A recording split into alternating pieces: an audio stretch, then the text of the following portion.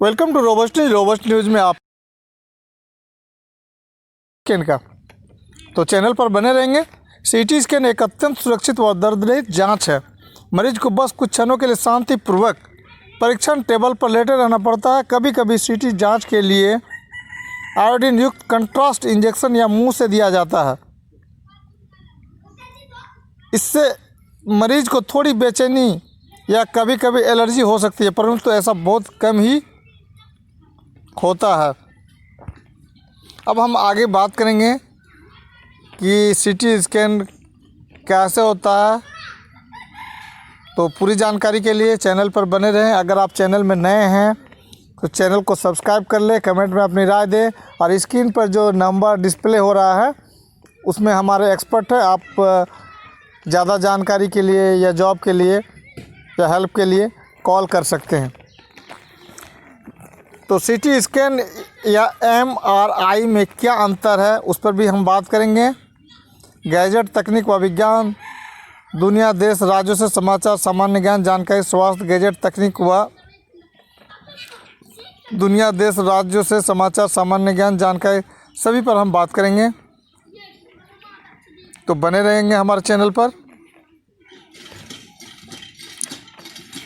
आपको कभी x ray, MRI या अन्य मेडिकल स्कैन करवाना पड़ा है? क्या आप जानते हैं कि इन परीक्षणों में क्या शामिल है या वे क्या कर सकते हैं? US Department of Health and Human Services से संबंध राष्ट्रीय स्वास्थ्य संस्थान National Institute of Health affiliated to US Department of Health and Human Services ने चिकित्सा स्कैन, मेडिकल स्कैन के विषय में विस्तार से बताया है। मेडिकल स्कैन से डॉक्टरों को सिर के आघात से लेकर पैर के दर्द तक सभी चीज़ों का निदान करने में सहायता मिलती है। इमेजिंग तकनीकों के कई अलग अलग प्रकार हैं, प्रत्येक अलग तरह से काम करता है। कुछ प्रकार के इमेजिंग परीक्षण विकिरण का उपयोग करते हैं, अन्य ध्वनि तरंगों, रेडियो तरंगों या चुंबकों का उपयोग करते हैं। अगर आपको या किसी प्रियजन को एक की आवश्यकता हो तो मेडिकल स्कैन कैसे काम करता है इसके बारे में जानना आपको और अधिक सुकून दे सकता है। यह आपको यह जानने में भी मदद कर सकता है कि इमेजिंग टेस्ट लेने से पहले अपने स्वास्थ्य सेवा प्रदाता से क्या पूछना चाहिए। एक्सरे, शरीर में अंदर देखने की पहली क्रांति एक्सरे के साथ आई। एक्सरे का उपयोग क्लिनिक में 120 से अधिक वर्षों से किया जा रहा है।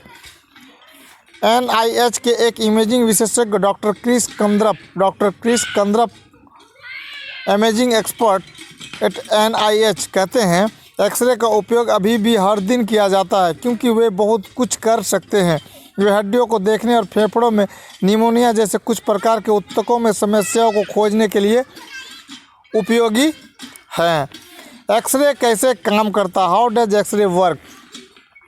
एक्सरे इमेजिंग आपके शरीर के एक हिस्से के माध्यम से एक ऊर्जा किरण को पारित करके काम करता है। आपकी हड्डियां या शरीर के अन्य अंग एक्सरे बीम से कुछ को गुजरने से रोकेंगे।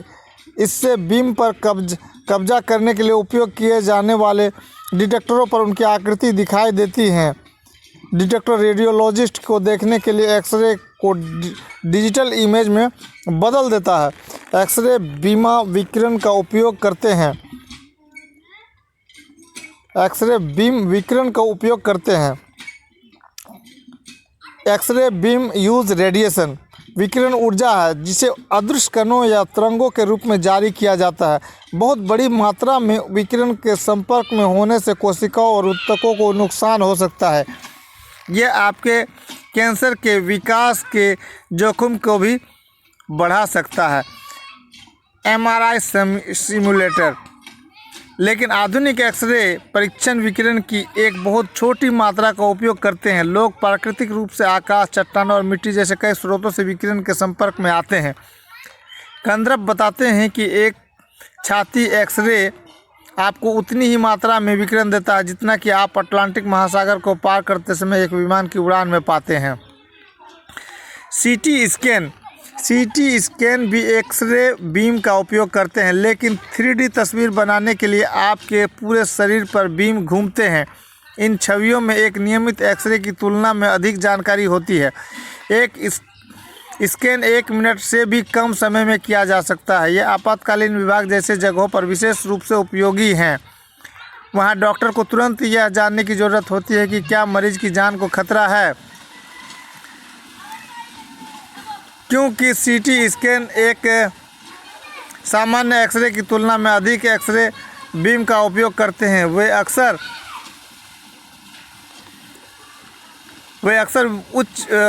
वे विकिरण की उच्च मात्रा देती है।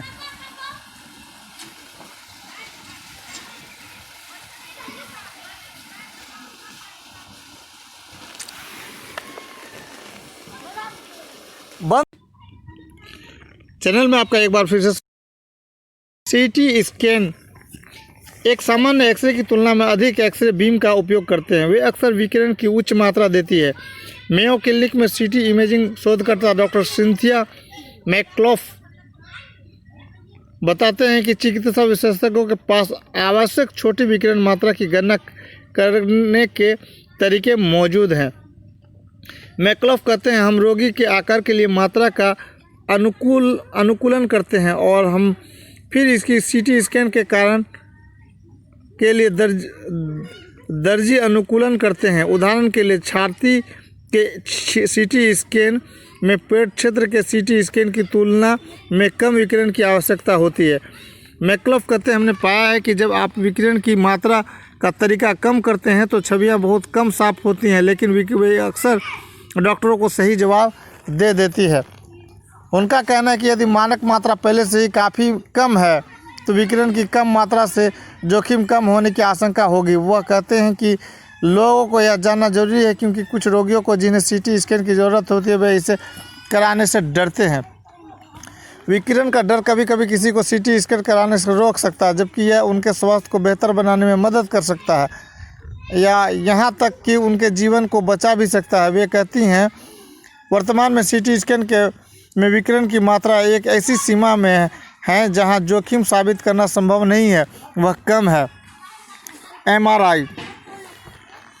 एमआरआई मैग्नेटिक रेजोनेंस इमेजिंग बहुत अलग तरीके से काम करता है। यह एक्सरे का उपयोग नहीं करता है, इसके बजाय यह आपके शरीर के ऊतकों के भीतर पानी के अणुओं में परमाणुओं को प्रभावित करने के लिए मजबूत मैग्नेट और रेडियो तरंगों का उपयोग करता है। जब रेडियो तरंगों को बंद कर दिया जाता है तो परमाणु ऊर्जा को छोड़ते हैं, जिसकी एमआरआई मशीन द्वारा पहचान की जाती है।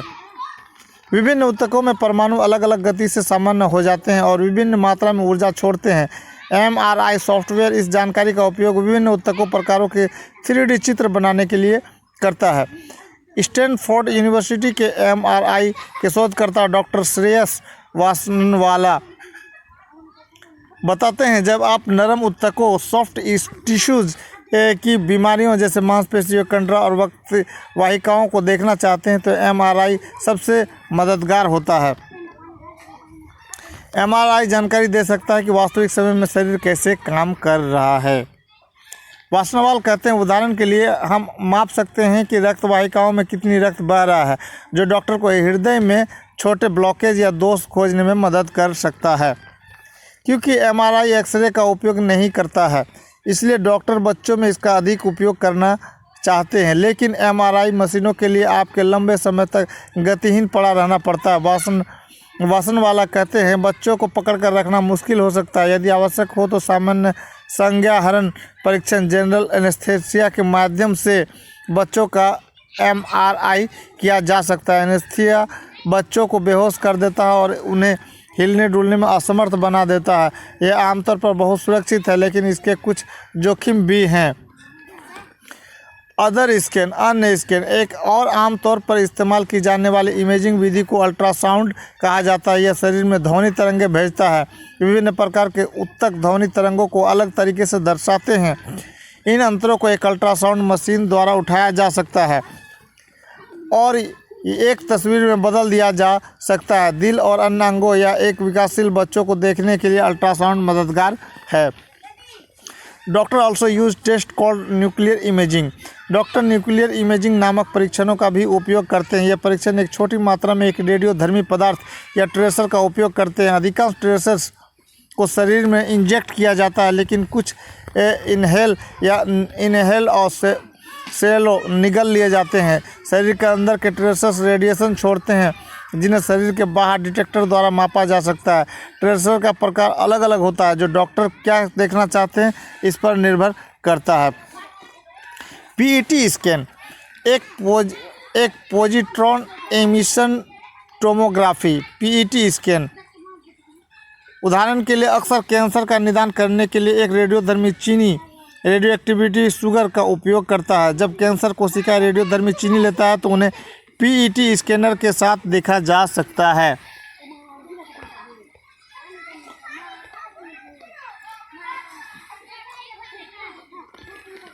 खबर कैसी लगी, आपको ये जानकारी कैसा लगा, कृपया चैनल को सब्सक्राइब करें, कमेंट में अपनी राय दें। आपका दिन शुभ रहे। Thanks audience, thanks listener.